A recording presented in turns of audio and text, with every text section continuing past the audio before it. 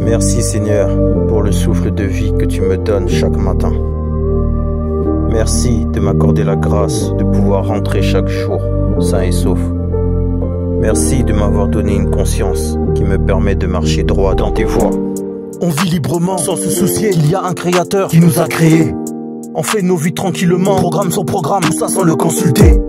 On l'ignore totalement de nos vies. Pour certains c'est juste une fable, pour d'autres juste une histoire fantastique d'un créateur ineffable.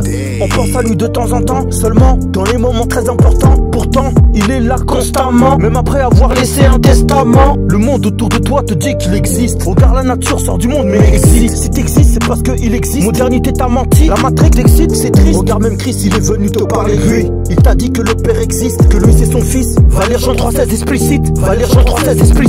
On vit sans se soucier de savoir si le Créateur existe. Et quand on sait qu'il existe, on choisit de ne pas vivre sous sa volonté. C'est triste. Après la mort, on veut tous reposer en paix. Pourtant on l'a ignoré dans nos vies. Après, on veut aller près de lui juste parce qu'on juge qu'on était gentil. T'as pas fait ce qu'il t'a dit ici et tu crois que tu vas le retrouver là-bas. Non, non, repens-toi et accepte Christ car c'est lui le chemin pour toi. Après la mort, on veut tous reposer en paix. Pourtant on l'a ignoré dans nos vies. Après, on veut aller près de lui juste parce qu'on juge qu'on était gentil. T'as pas fait ce qu'il t'a dit ici et tu crois que tu vas le retrouver là-bas. Non, non, repens-toi et accepte Christ car c'est lui le chemin pour toi. Il t'a créé, tu lui appartiens mais tu veux vivre comme s'il t'avait pas créé. Vivre comme un mécréant, demande aux croyants. La vie sous terre est fragile comme un crayon. Devant lui t'es comme un grillon. Pendant que tu l'ignores, il t'observe, repens-toi et prions. Non, c'est pas un sermon, ni un prank de Guillon. Tu vas être mis de côté après l'aiguillon. Tu vas pas reposer en paix après ta mort. Car t'as renié le prince de la paix, c'est comment? Même si t'es gentil et doux comme un petit agneau, pour lui t'es un rebelle, un infidèle, un bouc.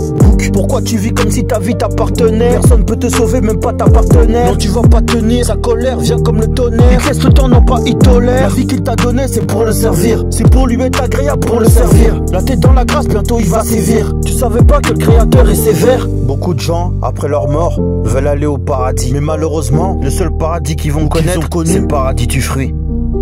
Après la mort, on veut tous reposer en paix. Pourtant on l'a ignoré dans nos vies. Après, on veut aller près de lui juste parce qu'on juge qu'on était gentil. T'as pas fait ce qu'il t'a dit ici et tu crois que tu vas le retrouver là-bas. Non, non, repens-toi et accepte Christ car c'est lui le chemin pour toi. Après la mort, on veut tous reposer en paix. Pourtant on l'a ignoré dans nos vies. Après, on veut aller près de lui juste parce qu'on juge qu'on était gentil. T'as pas fait ce qu'il t'a dit ici et tu crois que tu vas le retrouver là-bas. Non, non, repens-toi et accepte Christ car c'est lui le chemin pour toi.